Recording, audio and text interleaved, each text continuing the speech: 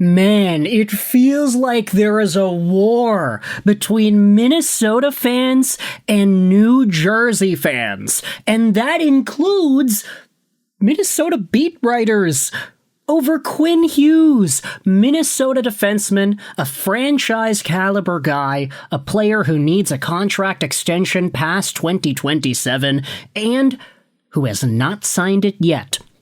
Contrary to popular belief and reporting from folks like Elliot Friedman, who predicted that Quinn Hughes would sign an extension by the end of July. It is now August 26th. And maybe by the time this video is public on YouTube, Quinn actually signs an extension. Or maybe he gets traded. Or maybe, I don't know, some of the other anecdotal evidence that's been tossed out there on social media actually comes true. But the reason we're talking about Quinn Hughes today is because of Minnesota beat reporter Michael Russo and the craziness that is going on in not just the reporting of Quinn Hughes and his situation, but also in the reactions. Because it's very rare to see NHL athletic writers tweet out and talk on social media so much to the point that they actually get community noted and they say something really stupid that ignites an entire city in New Jersey. Y'all thought the Devils were hot because they're the team of the devil? Well, they've gotten even hotter after this. Take a look at Michael Russo. He posted this article yesterday in direct response to all the Quinn Hughes New Jersey trade rumors. This piece is not really the main meat and potatoes of this video, but it is an Athletic gift article, so we are able to read it in its entirety without the paywall. I'll leave a link in the description if you want to see what Russo writes about in regards to Quinn Hughes and the New Jersey Devils trade rumors. As the Wild continue extension talks with Hughes, league sources emphatically shot down reports that the Wild have engaged in trade talks with the Devils regarding the superstar defenseman. One source, speaking on the condition of anonymity to discuss negotiations that are not public, went as far as to tell The Athletic on Tuesday the rumors are BS, made up, and invented BS by bloggers. Now, that is all kind of reasonable, you know, like we made the video yesterday talking about Quinn Hughes and the notion that maybe he feels bad for the Minnesota Wild because, oh, they gave up so much stuff to get me and now I want to leave. And there was an entire question as to whether or not that report was legitimate, but if you take at face value Michael Russo's reporting over anybody else's, then, hey, this makes a lot of sense. This is reasonable, and I think it's something that probably should be talked about, I guess. You know, it's an update. Quinn Hughes and the Devils, not happening yet, at least. But the reason this sparked up a lot more controversy is because, obviously, we've been seeing New Jersey pop up a lot over the past few weeks regarding Quinn Hughes and the contract that has not been signed yet. You can debate amongst yourselves, is it him and Makar trying to stand off against each other? Whoever bites first loses, whoever blinks first loses, and whoever signs last is going to get more money? Who knows? The Colorado Avalanche have made it clear they're going to sign Makar. The Minnesota Wild, they're trying to sign Quinn Hughes. But none of these guys have actually signed the deal yet. But with that said, with all the hearsay that's been going around the internet, the idea of Quinn Hughes getting traded over to the New Jersey Devils to join his brother, that is absolutely not an unrealistic conclusion when you consider the fact that Jim Rutherford from the Vancouver Canucks already said that Quinn Hughes very much wanted to play with his brothers. When you look at the engagement that these guys had when they were playing together on the Olympic squad, it's so obvious that that's like a desired outcome for this family, even though you have Minnesota beat reporters saying that, yeah, no, it's not happening.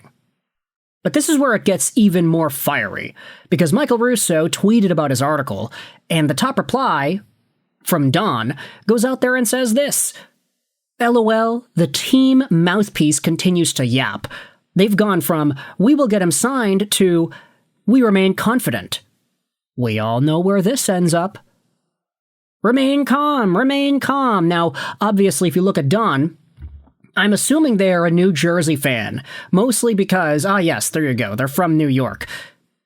You don't really have anybody going out there and talking smack to Michael Russo and Minnesota fans more than the New Jersey fans. They're the ones that are really going out there and pushing it because it feels like they're salivating at the thought of Quinn Hughes going over to their team. But this is where Michael Russo replies, and he gets absolutely flamed on this response. Russo says, "You're a fan of a team that sadly doesn't have a single actual beat writer. To many of you, anybody not a fanboy blogger is a mouthpiece." Oh my goodness. What a brutal, brutal tweet. He got community noted here. Readers added context they thought people might want to know. The New Jersey Devils beat is covered by James Nichols of New Jersey Hockey Now and Anthony Corona of NJ.com. The team is also covered full-time by PHWA member Christy Flannery of the Hockey News. Here are their links, all right here for your viewing pleasure. Michael Russo, you can't just be going out there and talking smack about entire cities and teams because, they don't have beat writers. They do. They've got some pretty legit ones right here. Your response to being a fanboy mouthpiece is to try to claim that you're allowed to be under the guise of being a beat writer? Why don't you dispute the fact that you just spew whatever Garen tells you to? Is it perhaps because you can't? Ay. Russo getting a Twitter comment fixed, LOL. Not the first time, sadly, but it was warranted today. It was a dumb thing for me to say. So at least Russo went out there and stood by the Twitter correction over here, like, it was a dumb thing for me to say, it was warranted. Yeah. Don then replies, "You've really embarrassed yourself this entire offseason. Maybe try to learn how to be a professional instead of putting down hardworking people in your own profession. Truly embarrassing." Ay, those are some fighting words, eh? You owe the people who cover the Devils an apology, diminishing the work of your peers because they work for smaller publications and The Athletic was uncalled for. I mean, there are a number of ways that you can view this situation, and it's even being talked about on the R Hockey subreddit, too. Let's see if we can find it over here. The Michael Russo report. Here we go. Russo indirectly picks a fight with Devils beat reporter James Nichols on Twitter. Nichols goes out there and replies to this entire thing, says, "I might not have the Athletic job status. They don't employ a New Jersey reporter, nor do I have the company funding they have, but I work my ass off on this beat every day. Call me what you want, but I'm in that room."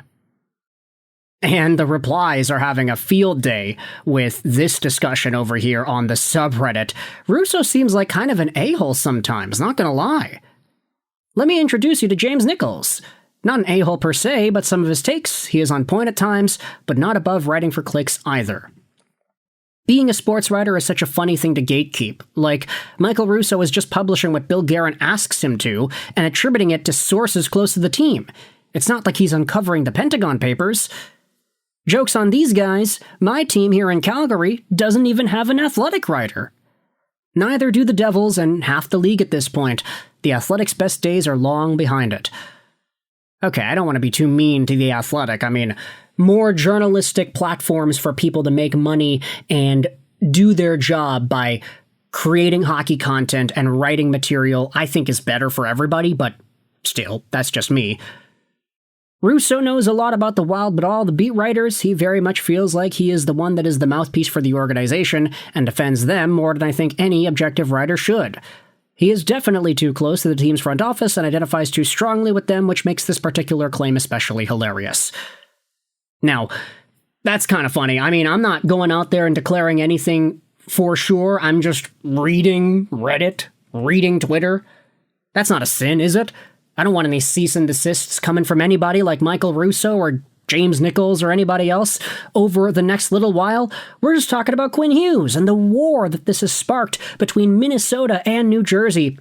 You can let me know your thoughts in the comment section down below as well. How do you feel about the status of Minnesota beat reporters and the way that this Quinn Hughes thing is being discussed and talked about between these two fan bases? Do you think Quinn is destined for the Devils? Let me know your thoughts in the comment section down below. I hope you enjoyed this video. Sign on, and bye.